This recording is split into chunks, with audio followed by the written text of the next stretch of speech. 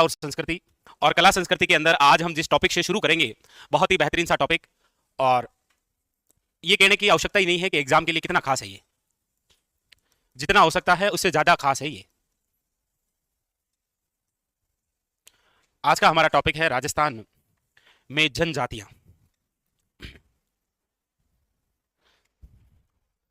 राजस्थान में प्रमुख जनजातियां, ये आज का हमारा टॉपिक रहने वाला है।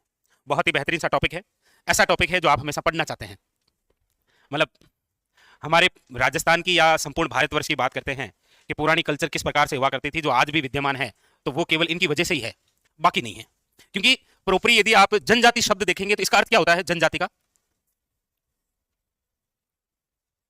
ये जो जनजाति है इसका अर्थ क्या होता है? क्या?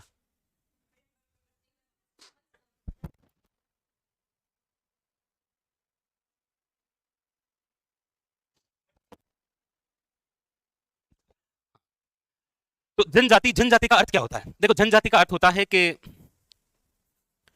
एक ऐसा सामाजिक समूह है जो किसी खास भूभाग में रहता है, उसकी अपनी अलग सामाजिक संस्थाएं होती है, अपनी अलग कल्चर होती है, उसे आप कहते हैं जनजाति। हालांकि डेफिनेशन तो कभी पूछी नहीं गई है, लेकिन अच्छा क्वेश्चन बन सकता है ये।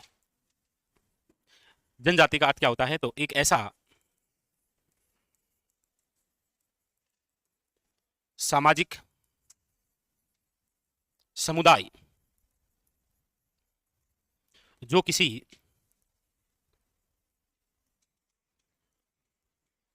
खास भूभाग, खास भूभाग यहां पर कौन सा है? खास भूभाग। जनजाति का अर्थ क्या होता है? तो हम कह रहे हैं कि एक ऐसा सामाजिक समुदाय जो किसी खास भूभाग में, खास भूभाग कौन सा है? क्या गुज्जर की थड़ी खास या जवार सर्किल? खास भूभाग। चलिए, नहीं, अरे आपकी कोशिश बिल्कुल।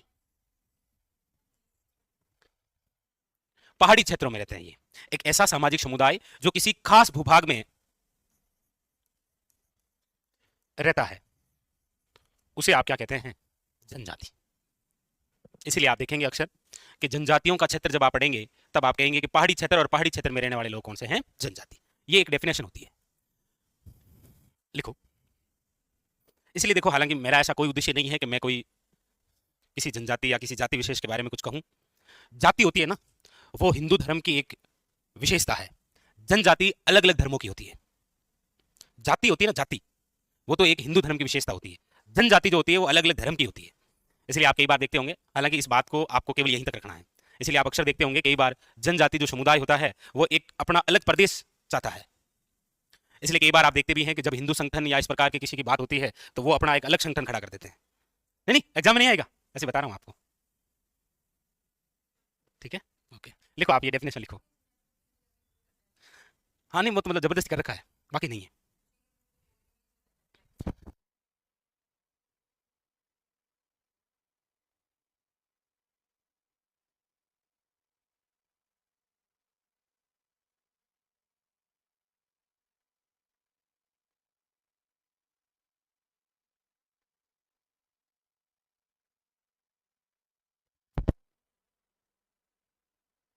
तो लिखो, एक ऐसा सामाजिक समुदाय जो किसी खास भूभाग में रहता है, वो है आपके कौन सा? जनजाति।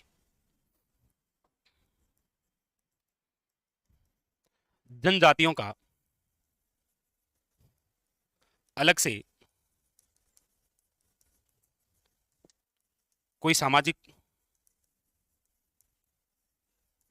संगठन होता है। इनका अलग से क्या होता है? सामाजिक संगठन होता है। जैसे आप पढ़ते होंगे जनजाति क्षेत्रीय विकास विभाग, पढ़ा है, कई बार एग्जाम में पूछ लेता है, तो नोट करके हम यहां लिखेंगे।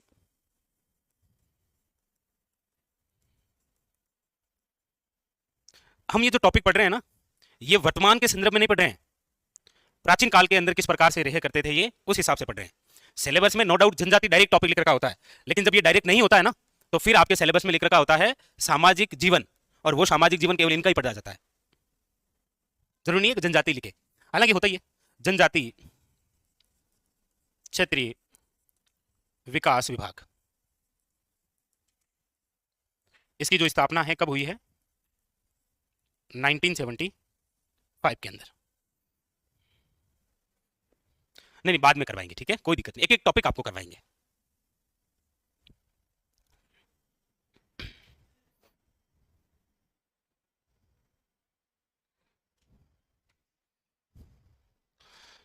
फिर अगली लाइन में आप लिखिएगा एक और,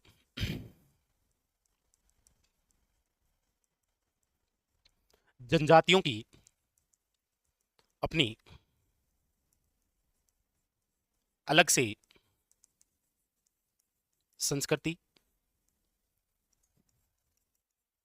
रीति रिवाज तथा आभूषण वे वेशभूषा होती है। आप देखेंगे कि जाति विशेष से संबंधित लोग और जनजाति विशेष से संबंधित लोगों के अंदर कल्चर में भी अलग रिवाज होगा, उनका रहने का ढंग भी अलग होगा, उनके आभूषण पहनने के तरीके भी अलग होंगे। इसलिए आप प्रोपरी जनजातियों में पढ़ते हैं, जैसे क्वेश्चन आता है कि निम्न में से ऐसी कौन सी जनजाति है जिसके अंदर पुरुष भी महिलाओं के समान आभूषण पहनते हैं। भाई यदि कान में झुमरे करा रहे हैं तो एक नहीं करवाएंगे, 4 करवानी पड़ेगी टोटल, 2 इसके लिए 2 इसके लिए। भाई गले में कोई हार करवा रहे हैं तो उसे कहेंगे 2 कर दो, जो भी ला रहा है 2 लेके आना। बता सकते हो ना कौन सी जनजाति में है ये सुविधा कि महिलाओं के समान पुरुष भी सेम आभूषण पहनते हैं? और वो तो अलग अलग जगह ऐसे, मतलब यहाँ वहाँ ऐसे देखे होंगे आपने, कान वान मेरे से पता ही है आपको सब कुछ। कौन सी जनजाति है? तो वो है डामोर जनजाति। जैसे बहुत सारी ऐसी जनजातियां हैं जिसमें पति और पत्नी दोनों बैठकर ले जाओ, तो पापड़ है जिसमें ले रहा हूँ, हम लोग चखने की व्यवस्था करो, तब तक मैं लेके आ रहा हूँ। दोनों साथ में बैठकर शराब पीते हैं, लेकिन उस जनजाति की खास बात है कि वो है? क्या हुआ? जो भी ला रहे हो 2 लाना। नहीं, उसमें तो वो केवल विशेष फंक्शन पर होता है। जनजाति में क्या शाम मत खोल दुखे उस हिसाब से। तो उनकी अलग रीति रिवाज है, इनके अलग आभूषण है, इनके अलग वेशभूषाएं हैं, इनके अलग से कल्चर है, इनके मकान भी थोड़े अलग ढंग से बन रखे होते हैं। उसमें फिर शादी करने के भी एक अलग अलग तरीके होते हैं। कुछ ऐसी जनजाति है जिसके अंदर मेला लग रखा है और वहां पर लड़की पसंद कर लेती है कि हाँ वो ठीक है, वो ठीक देखे, तो फिर शादी कर लेते हैं। ऐसे भी कौन सा है वो बता सकते हो? तो मैं मेले का नाम बताऊं, जनजाति का बताऊं? नहीं, कुछ ऐसी भी जनजातियां होती है जिसके अंदर प्रेम विवाह का ज्यादा प्रचलन है, कर लो जैसे भी है बस।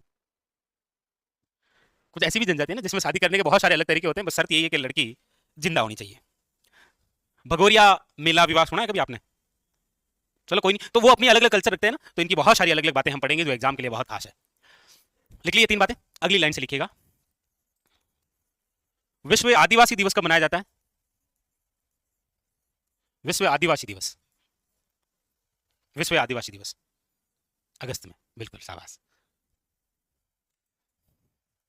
9 अगस्त।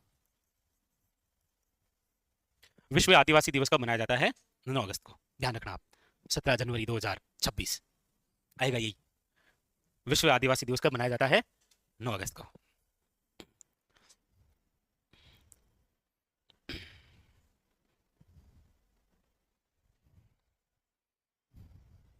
लिख लिया? तो जनजाति एक स्पेशल सामाजिक समुदाय है जो खास भूमि में रहा करता था। हालांकि अब तो ऐसी बात नहीं है, अब तो जनजाति जाति सब कुछ एक ही है। जो शिक्षित हो गए हैं ना, उनका रहने का, पहनने का, खाने का सब रिवाज जो है वो बदल चुका है।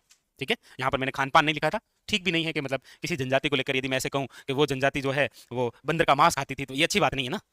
उस समय तो खाती होगी, उस समय तो हमारे परदादा भी खाते ही होंगे। बस जैसे ही देखा कि गोपालपुरा बाईपास से कुत्ता गुजर रहा है, पकड़ लिया, आगे से 4 बांधे, कुत्ते को पकड़ लिया और चीर दिया, चीर के बोला ये लो, लेग पीस अलग अलग ले लो आप और मुझे ये कचौरी दे दो। ऐसी व्यवस्था। तो अकाल, जैसे अकाल की स्थिति की बात करेंगे तो हमारे बडेरों ने पेड़ के जो छाल होती है ना वो खाकर जीवन गुजारे थे। अब आपको यदि दे दिया जाए, थाने बड़ी बड़ी रोटी दे दी है घर में, तो कहे वो कहीं है, बस फेंक दो। ये भी तो है ना। तो प्राचीन समय वो अलग है। हालांकि अब ऐसे क्वेश्चन नहीं आते हैं कि कौन सी ऐसी जनजाति है जो बंदर का मांस खाती है, आ भी जाएगा तो फिर वो खाएगा अपने आप, ऐसे आते नहीं है। ठीक है, किसी जनजाति को टारगेट करके नहीं बोल सकते। तो हम कुछ ऐसी ऐसी बातें करेंगे जो एग्जाम के लिए हो। बाकी मैं बातें आपको सारी बता दूंगा कि मतलब ऐसा हुआ करता था, लेकिन लिखूंगा नहीं। दिखाने से क्या फिर आपके पास सबूत रह जाता है ना कि ये लिखाया। ओके, आगे चलें। चलिए आइए अब हम बात करते हैं कि हमारे राजस्थान में कौन कौन सी जनजातियां हैं। राजस्थान में जनजातियां,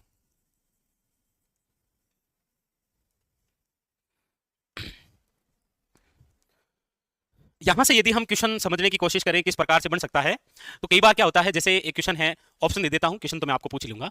एक ऑप्शन आ गया डामोर, एक ऑप्शन आ गया आपके सामने कथोड़ी, एक ऑप्शन आ गया आपके सामने कंजर, एक ऑप्शन आ गया आपके सामने शहरिया, और वो आपको पूछ लेगा निम्न में से वह जनजाति जो एसटी में नहीं आती है। हालांकि वो पूरी लाइन ऐसे होगी कि निम्न में से दी गई जनजातियों में से कौन सी ऐसी जनजाति है जो अनुसूचित जनजाति का भाग नहीं है। अनुसूचित जनजाति का भाग नहीं है। मतलब फॉर्म भरते हो तो आता है ना जनरल, ओबीसी, एसटी, एससी, तो ऐसा क्वेश्चन आता है कि निम्न में से दी गई जनजातियों में से कौन सी ऐसी जनजाति है जो अनुसूचित जनजाति में शामिल नहीं है, तो वो आप कहेंगे कंजर। कौन सी है? कंजर और सांसी, दो ऐसी जनजातियां हैं जो एसटी में नहीं आती है, एससी में आती है, वो अनुसूचित जाति का भाग है। आप सीरियस क्यों हो रहे हो? नहीं, आज कुछ ज्यादा ही सीरियस से पढ़ रहे हो ऐसे ही घर पे कसम खा के आए हो। तो राजस्थान के अंदर जो जनजातियां हैं उसमें देखो, मीणा, भील, गरासिया, सहरिया, डामोर, कथोड़ी, कंजर और सांसी। एक बात थोड़ा सा आप बोर्ड पर ध्यान देना ना, देखो ये जो आपके सामने 8 लिखी हुई है, इनमें से ध्यान रखना है 6 ऐसी जनजातियां हैं जो एसटी में आती है, 2 ऐसी है जो एससी में आती है। एससी में जो आती है वो कंजर और सांसी है, ये जिस अनुसूचित जाति जिसे आप बोलते हैं शेड्यूल कास्ट, एससी में आती है। बाकी ये जो 6 है ये आपको ध्यान रखना है। कोष्टक में लिखूं क्या एसटी? नहीं, कहाँ आवश्यकता है, ये तो पता चल गया, ये 2 एससी में आती है तो बाकी 6 किस में आएगी? एसटी में। लेकिन वो आप पर जो मुझे भरोसा है ना, इसीलिए लिखना पड़ेगा। मतलब आप ऐसे मतलब ठीक नहीं लग रहा है ना आपको? क्या मतलब जब पीस दी थी तो कहा था पूरा लिखाएंगे हैं? ये सब आती है आपकी किसमें? अनुसूचित जनजाति। तो यदि एग्जामिनर पूछना चाहेगा आपको पहला क्वेश्चन, तो वो यहां से इस प्रकार से पूछ सकता है कि निम्न में से कौन सी जनजाति एसटी में है या कौन सी जनजाति जो है वो एससी का भाग है। ठीक है,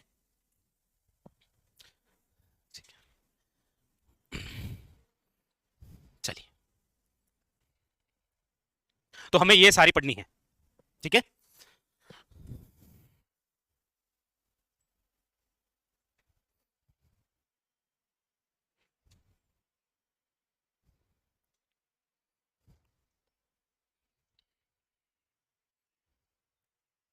हाँ, कृष्णा भार्गव, अच्छा ऐसा कुछ है, चलो फिर बताएंगे आपको। ठीक है, निश्चित रहिए, आपको जो बात लिखी है बताएंगे। तो लिखिए, ये हमारे सिलेबस में और ये हमें सारा कुछ पढ़ना है। ये पढ़े उससे पहले थोड़ी सी सामान्य सी जानकारी पढ़ लेते हैं जो कि एग्जाम के अंदर आती है विशेष। आगे बढ़ूं मैं? देखो क्वेश्चन आता है कि राजस्थान ये जो जनगणना है 2011, आपको 2011 के आंकड़े तो आते ही होते हैं, लगभग तो आते ही होंगे ऐसे, मतलब नहीं मतलब ऐसे, मतलब सर्वाधिक कहाँ जनसंख्या, ऐसे तो आते ही होगा ना भाई, न्यूनतम कहाँ है, जनसंख्या घनत्व, ऐसे कुछ। तो कहाँ थे अब तक आप? सरकार ने करवा दी तो 2011 में थी, तो आप क्या 21 का वेट कर रहे थे? तो आपके लगने की जो अवधि है वो इसी जनगणना की है, उसके बाद में ही होगी, इसलिए ये तो अच्छे से रटी लेनी है आपको। लेकिन यहां पर केवल हम चर्चा उतनी करेंगे कि राजस्थान जो जनगणना है 2011, इसके अनुसार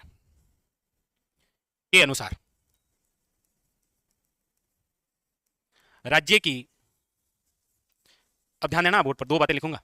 राज्य की कुल जनसंख्या का, राज्य की कुल जनसंख्या का कितना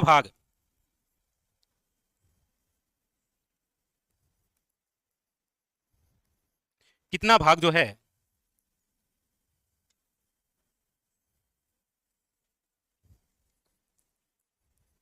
अनुसूचित जनजाति यानी एसटी का है, और कितना भाग जो है वो अनुसूचित जाति यानी एससी का है। यानी राजस्थान की जो कुल जनसंख्या है 2011 के अनुसार, उस कुल जनसंख्या में कितना भाग तो एसटी है और कितना भाग एससी है। तो राजस्थान की जो भी जनसंख्या है, हालांकि राजस्थान की जो जनसंख्या है वो ये है,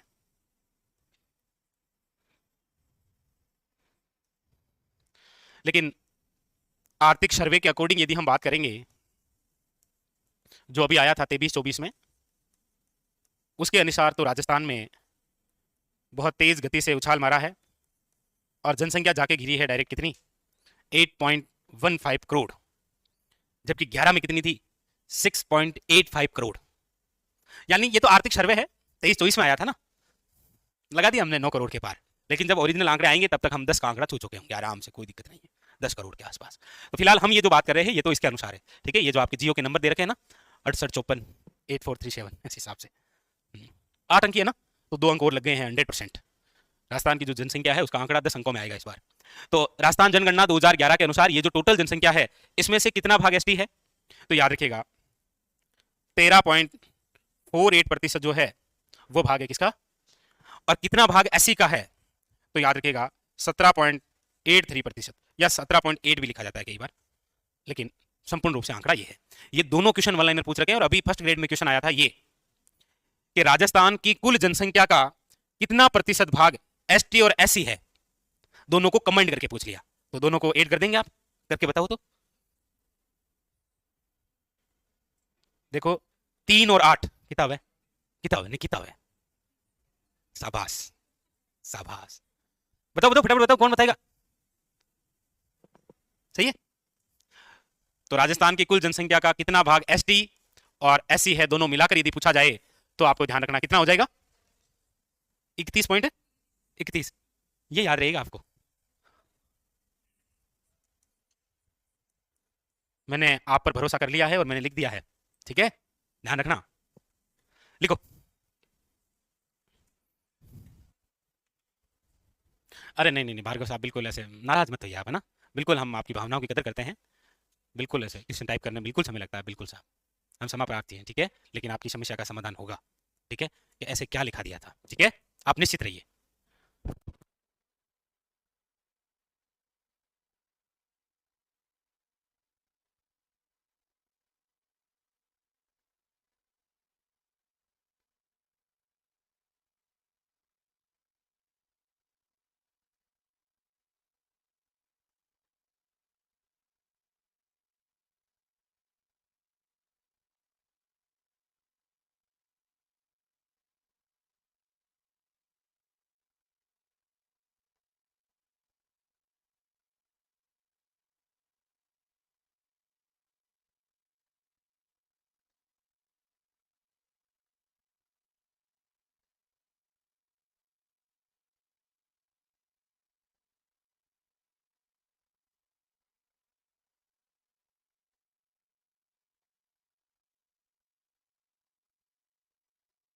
ये लाइन वो वहीं से निकली थी।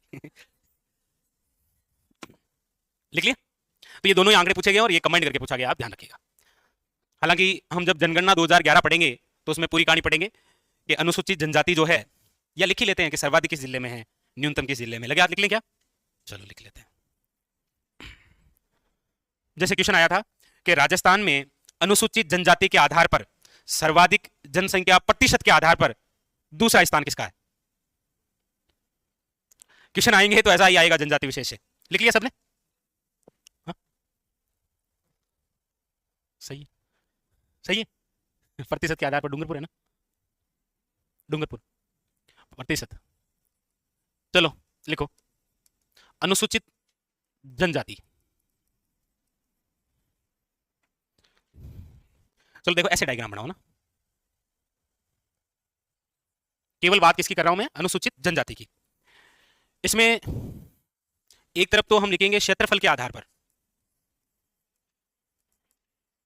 और एक लिखेंगे प्रतिशत के आधार पर।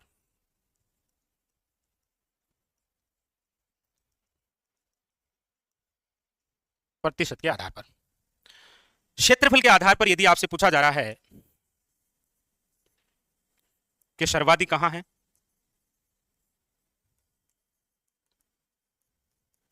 और न्यूनतम कहां है, फिर इधर भी ऐसे ही प्रतिशत के आधार पर आपको पूछा जा रहा है सर्वाधिक कहां है और न्यूनतम कहां है। हाँ जी, 4 क्वेश्चन है आपके सामने, आप में से कौन बताएगा। फेंक दो फटाफट।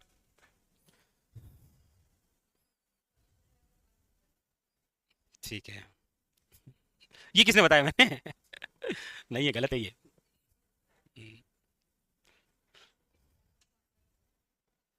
हाँ, आपको कोई कंफ्यूजन लग रहा हो,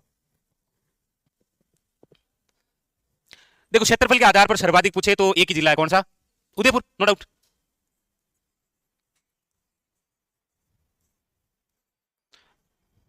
और दूसरा पूछे तो कौन सा है? बांसवाड़ा। न्यूनतम क्षेत्रफल के आधार पर यदि अनुसूचित जनजाति की बात होगी तो वो है आपके कहां पर? बीकानेर। और नंबर 2 पर याद रखिएगा नागौर। क्षेत्रफल के आधार पर सर्वाधिक उदयपुर व बांसवाड़ा में है, न्यूनतम बीकानेर और नागौर में है। यदि हम इधर बात करते हैं तो सर्वाधिक याद रखिएगा डूंगरपुर में है, और दूसरा स्थान जो है वो आपके किसका है? बांसवाड़ा का। न्यूनतम में यदि हम बात करेंगे इधर तो याद रखिएगा इधर आएगा नागौर और इधर क्या आ जाएगा? बीकानेर। अब नागौर बीकानेर को देखो आप, नागौर और बीकानेर को, अच्छा बस ये उल्टा लिख दीजिए, ये बांसवाड़ा सर्वाधिक और ये डूंगरपुर, ये बांसवाड़ा और ये डूंगरपुर। अब ये देखो आप, क्षेत्रफल के आधार पर न्यूनतम कहां कहां है? बीकानेर और नागौर। प्रतिशत के आधार पर कहां है? नागौर और बीकानेर। बस इतना ध्यान रखना है। क्षेत्रफल के आधार पर न्यूनतम पूछा जाए, क्षेत्रफल के आधार पर यदि न्यूनतम पूछा जाए तो पहले बी है बाद में एन है। प्रतिशत के आधार पर पूछा जाए तो उल्टा कर देना इसको। ये एग्जामिनर ने, आरएसएसबी बोर्ड ने क्वेश्चन पूछा है। क्वेश्चन पूछा था राजस्थान में अनुसूचित जनजाति प्रतिशत के आधार पर न्यूनतम दूसरा स्थान पर कौन सा जिला है? तो बीकानेर। इधर पूछे सर्वाधिक क्षेत्रफल में तो उदयपुर बांसवाड़ा है, प्रतिशत के आधार पर आते ही बांसवाड़ा टॉप पर आ जाएगा, फिर कौन सा आ जाएगा? डूंगरपुर। इसीलिए तो आप पढ़ेंगे कि राजस्थान में सर्वाधिक ये जो जनजातियां हैं ये कहां निवास करती है? दक्षिण और दक्षिण पूर्वी भाग में। क्योंकि राजस्थान के अंदर हम जो टोटल जनजाति पढ़ेंगे ना, अभी जो नाम लिखी थी, इसमें से लगभग 55% भाग पर कौन सी जनजाति है? ये लिखो, ये एक डायग्राम जो है ये आपको 1 नंबर 2 नंबर ध्यान रखना है। बस आएगा तो 1 नंबर 2 नंबर ही आते हैं, यही आंकड़े आए हैं। अब ही रह जाए तो ठीक ही है, भला हो जाएगा आपका भी। यही रहेगा। और यहां पर मेरा उद्देश्य केवल इतना सा है कि मीणा जनजाति प्राचीन काल के अंदर किस प्रकार से रहा करती थी, किस प्रकार से थे वो, बस यही पढ़ाना होता है। ठीक है, वो क्या है ये नहीं पढ़ा रहा हूं मैं। हाँ?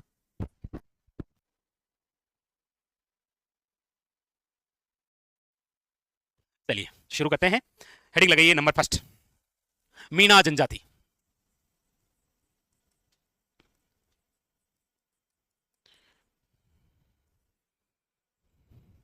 मीणा जनजाति, मीणा जनजाति की सबसे पहली और इंपॉर्टेंट बात लिखिएगा, राज्य की सबसे बड़ी जनजाति।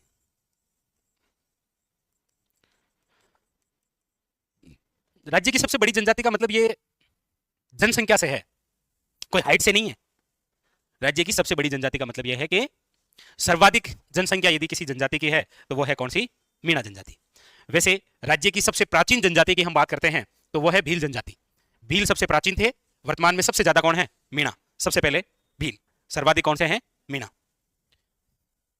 जैसे पूछ लिया जाए राज्य की सबसे प्राचीन जनजाति कौन सी रही है तो भील जनजाति रही है। आप पढ़ते हैं मेवाड़ में, मेवाड़ के महाराणा, महाराणा प्रताप को महाराणा प्रताप बनाया था उन्होंने। हालांकि विवाद हो जाता है लेकिन आप ऐसी बातों पर ध्यान नहीं दें, आप अखबार पढ़ने वाले विद्यार्थी हैं। तो राज्य की सबसे बड़ी जनजाति कौन सी है? दूसरी बात लिखिएगा, हम जितनी भी जनजातियां पढ़ेंगे राज्य में सबसे शिक्षित वे विकसित जनजाति पूछा जाए तो याद रखिएगा मीणा जनजाति सबसे शिक्षित भी है और सबसे विकसित भी है।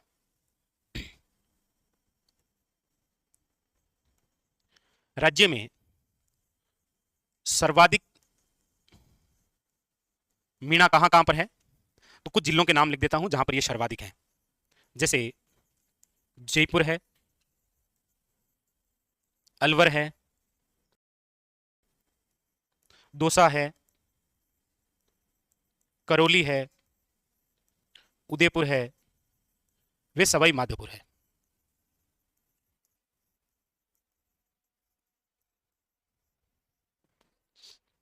यहां पर राज्य में सर्वाधिक क्या है? मीणा जनजाति आपको देखने को मिलती है। जयपुर है, अलवर है, दौसा है, करौली है, उदयपुर है, सवाई, ये एरिया में इसीलिए सर्वाधिक आपको देखने की मिलेगी क्योंकि मीणा जनजाति जो है वो प्रारंभ में सरदुर्ग, मंदिर, महल, बावड़ियां, हवेलियां, छतरियां, ये एक ही टॉपिक में पढ़ेंगे हम, स्थापत्य कला में। ठीक है, पढ़ेंगे।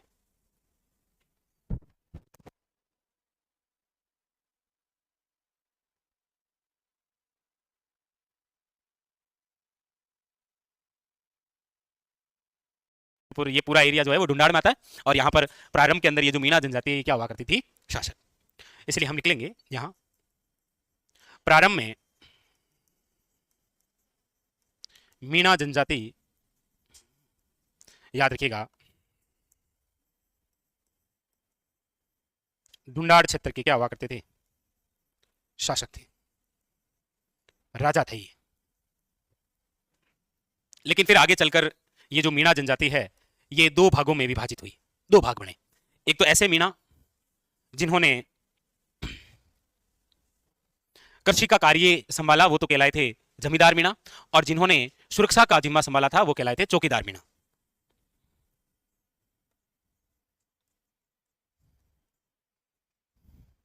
दो भाग, इसमें एक भाग तो आप पढ़ते हैं कौन सा?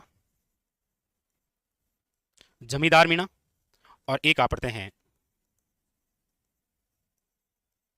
चौकीदार मीणा। जमींदार मीणा जिन्होंने कृषि कार्य, और चौकीदार मीणा जिन्होंने सुरक्षा का कार्य संभाला। फिर जो चौकीदार मीणा थे इन पर बहुत सारे आरोप भी लगे थे। ढूंढाड़ क्षेत्र, वर्तमान में आप जयपुर पढ़ते हैं, यहाँ के जो कच्छावा शासक है उनके द्वारा इन मीणा, खासकर चौकीदार मीणा, और शामिल कर लिया गया था किसे? जमींदार मीणाओं को भी, और इसे एक आपराधिक जाति भी बताया। आपको पता ही होगा, पढ़ा भी होगा आपने कभी ना कभी, कि इन पर एक कानून भी लागू हुआ था, जरायम पेशा कानून। कब लागू हुआ था और समाप्त कब हुआ था? बाद में, 52 में, 1952 के अंदर सब। और क्रिमिनल क्राइम एक्ट कब लगा था इन पर? आपराधिक जाति अधिनियम, तो वो लगा था 1924 में। इसलिए आप देखेंगे कि मीणा जनजाति द्वारा एक आंदोलन पढ़ते हैं, मीणा आंदोलन, जो कि आपके नीम का थाना, वहां पर एक बड़ा सम्मेलन, फिर वापस बागावास का सम्मेलन, फिर हीरालाल शास्त्री, ठक्कर बापा, इनके द्वारा काफी सारा मामला हुआ। आपको तो पता ही है जी, आपके आंखों के सामने तो हुआ था। लिखो। हाँ होते, क्योंकि देखो मीणा जो जनजाति है ना, इस मीणा जनजाति में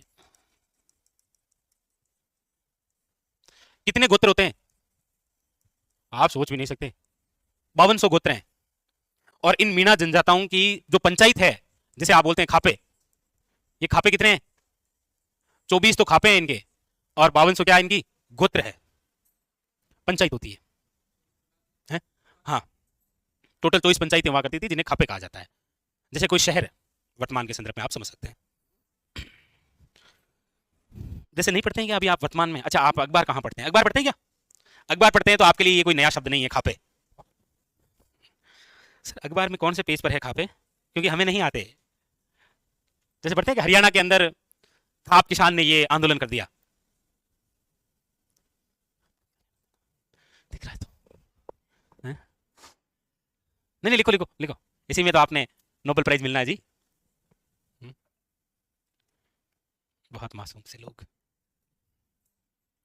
सबसे बड़ी जनजाति है, राज्य में सबसे शिक्षित और विकसित जनजाति है। राज्य में सर्वाधिक जयपुर, अलवर, दौसा, करौली, उदयपुर और सवाई माधोपुर में है। प्रारंभ में मीणा जनजाति ढूंढाड़ क्षेत्र के शासक थे। दो भाग हैं, जमींदार मीणा और चौकीदार मीणा। गोत्र और खापे कितने हैं तो आपके सामने। अब हम बात करते हैं ये जो हम पढ़ने जा रहे हैं मीणा जनजाति, इनकी उत्पत्ति के बारे में।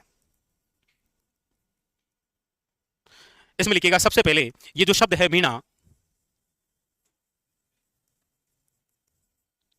ये किस शब्द से बना हुआ है? तो याद रखिएगा मीन से। मीन से बना हुआ शब्द क्या है? मीन से बना हुआ शब्द है मीना, और मीन का जो अर्थ है वो क्या होता है? मछली। ये इसीलिए क्योंकि मीणा जनजाति की जो उत्पत्ति मानी गई है वो मानी गई है भगवान विष्णु के कौन से अवतार से? मत्स्य अवतार से।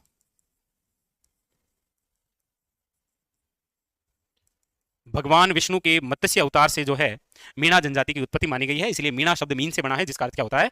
मछली।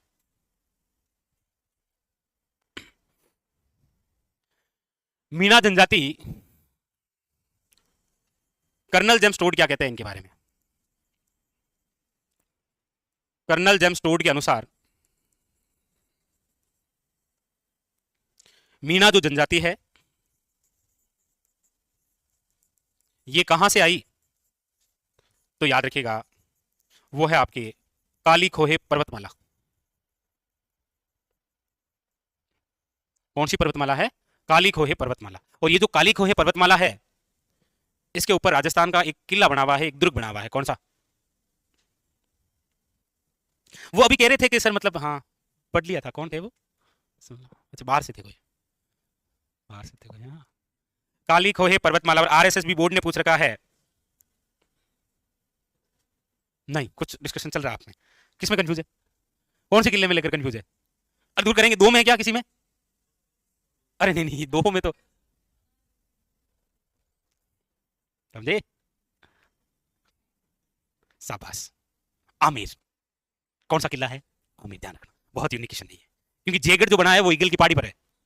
ठीक है सर, हमने कहा था ना, देखो देखो ये रहा, ये देखो, हमने जब जनजाति शुरू की थी तब उसकी पहली लाइन ही क्या लिखी थी कि एक ऐसा सामाजिक समुदाय जो किसी खास भूभाग में रहता है, और खास भूभाग पहाड़ी इलाका होता है। गए हैं कभी आप? और ये काली खोहे पर्वतमाला, आप इधर जाएंगे ना आमेर जयगढ़, तो ये पूरा एरिया जो है वो क्या है, पहाड़ी क्षेत्र है। तो कर्नल टोड ये कहता है कि ये यहां से आए थे, काली खोहे पर्वतमाला से। हालांकि मीणा जनजाति जो है, इनका जो उल्लेख है वो जिसमें है वो आपके कौन सा पुराण है, याद रखिएगा, मत्स्य पुराण है। इनका वैसे पवित्र जो ग्रंथ है वो भी मीन पुराण है। तो सारा जो काम है वो मछली के आसपास ही घूम रहा है। पवित्र ग्रंथ है मीन पुराण, उल्लेख मत्स्य पुराण, उत्पत्ति मत्स्य अवतार, मीना शब्द मीन से, मीन का अर्थ मछली। पूरा कार्यक्रम यहाँ मछली का एक टोड बीच में आगे थे, ये पता नहीं कौन सी काली खोई लेके आए। इस मीन पुराण ग्रंथ के लेखक कौन है? तो ये आपको पता ही है, क्योंकि भटकते भटकते कहीं पढ़ लिया होगा आपने। मुनि मगन सागर जी, याद आ रहा है क्या आपको? मुनि मगन सागर जी, 1944, नीम का थाना सम्मेलन, मीणा जनजाति आंदोलन, वहां के प्रमुख थे मुनि मगन सागर जी। वहां पर एक समिति की स्थापना हुई थी, बंशीधर शर्मा, मतलब याद आ रहा हो तो। नहीं नहीं, वैसे तो बंशीधर शर्मा आपको और भी याद आ सकता है, ये इधर वाले अपने, किधर वाले, इधर वाले, किशनगढ़ी ख्याल के प्रवर्तक भी बंशीधर शर्मा है एक नाम। नहीं, बंशीधर भट्ट भी है, ऐसी बात नहीं है। वो बंशीधर भट्ट भी किससे संबंधित है? वो तमाशा है जी, देखो अभी हुआ ना तमाशा, यही था। तो वो बंशीधर भट्ट है, वो बंशीधर शर्मा है, वो एक और बंशीधर शर्मा है। चलो, तो ये तो हुआ इनका परिचय कि मीणा जनजाति, मीणा शब्द, इनकी उत्पत्ति, टोड क्या कह रहा है, इनका उल्लेख कहाँ है, और पवित्र ग्रंथ। लेकिन हम कह रहे हैं कि जनजातियां जो है वो एक सामाजिक समुदाय जो विशेष क्षेत्र में रहा करती थी, खास भूभाग में रहा करती थी, इसकी अपनी अलग कल्चर हुआ करती। अब हमें वो पढ़नी है कि इनकी अलग कल्चर क्या हुआ करती थी, इनकी रीति रिवाज क्या थे, इनकी वेशभूषाएं क्या थी, और इनका खान पान क्या था। खासकर हमें पीने पर ध्यान देना है, खाने पर भी देना है, पहनने पर भी देना है। क्वेश्चन वहीं से आते हैं। ठीक है, तो आज के लिए तो इस टॉपिक में इतना ही, बाकी की चर्चा जो है वो हम करेंगे कल।